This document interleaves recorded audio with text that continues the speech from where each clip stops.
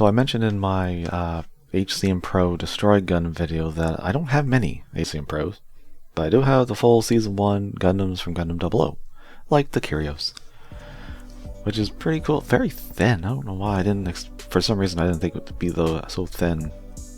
I guess it's accurate. It's been a while since I fiddled with the Kyrios. It looks good aside from the holes in the wings, because apparently these holes here, there's like ones right in the wing and right near the leg. It's to peg the shield in more securely in mobile arm mode, at least that's as far as I can tell. But why? All the other versions I know of, they clip, as well as this one, very nicely into the arm, and then it just kind of rests there. I think it would do fine, but for some reason they're like added security, but it just looks yucky on the other side, just with these holes. Very strange, but everything else is good. I would have liked this to be a brighter green for the cockpit, but aside from that, it's decent. It has a lot of paint, really. I mean, even though that paint on the cockpit, fake cockpit, is darker than I like. Got a lot of paint, mostly gray, which works. You know, mechanical gray. The tail fin here comes out of the hinge a little too easily, but you know what? It goes right back on as easily, so whatever. And transformation is pretty simple stuff. Unlike the high grade, it doesn't have a problem with the legs because there's a big, well, not a big gap, but there's a gap, there's a cut above the ball joint in the thigh, so it has enough space to angle outwards, where with the old high grade you needed an extra piece and swap it in and then put the legs in, which I hated. Thankfully the bigger versions didn't do that. I guess they just didn't think they could do it with the high grade. Here it is with the 1/200 scale. So they did learn. Another thing, they have little tabs sticking out of the shoulders to peg into the nose cone.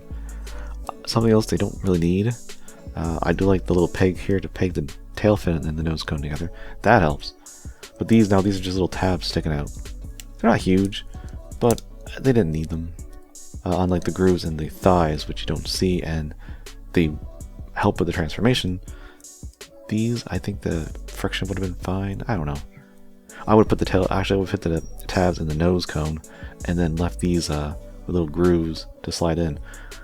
Although I'm not a toy designer, so I could be totally wrong. That wouldn't work. But there's Kyrios with his leg popping off. That's never happened before. But for a 1/200 scale, very, very detailed. The head sculpt's a little mushy.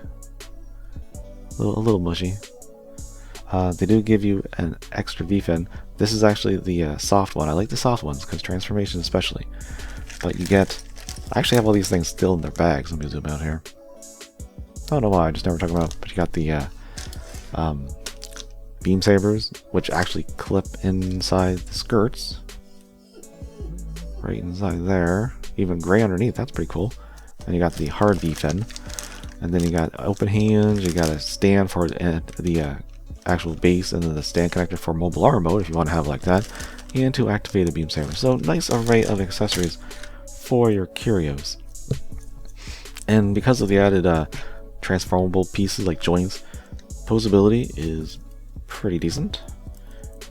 You even have the added hinge and the rest to go in and out. That's nice. It looks like there's a little bit of jointage in the stomach, but not really. It's pretty limited. And because of the cut in the thigh there, it does help going out. Yeah, everything is decent enough. Even some ankle tiltage, which is good. And I like that they even did the gray inside the foot. That's very, very good attention to detail. And of course, weaponry, you got the claw shield that it has, which got the little dagger in there. I don't know if it can come out, and I don't want to force it. I don't want to break it, but it does have the extendable piece here, and then the claw can open up, and they even painted the inside of the claw. Nice touch. Nice touch, I like it. And it has the added hinge as well. So that's fully functional. And can it rotate? It can rotate some too, yeah. So yeah, everything that shield can do, so can the CM Pro. And the beam rifle even has some added paint. Got some black. You can keep it on the arm. Well, no problem there. But they do give you a standard handle. You can just peg into the back, and then Kyrios will hold it. No problem. I just like having that because you can transform it back and forth without a problem. I suppose you could if you want, you could leave it in the hand, but this just makes more sense to have it attached to the arm. Oh, even gray under here. Wow, nice job.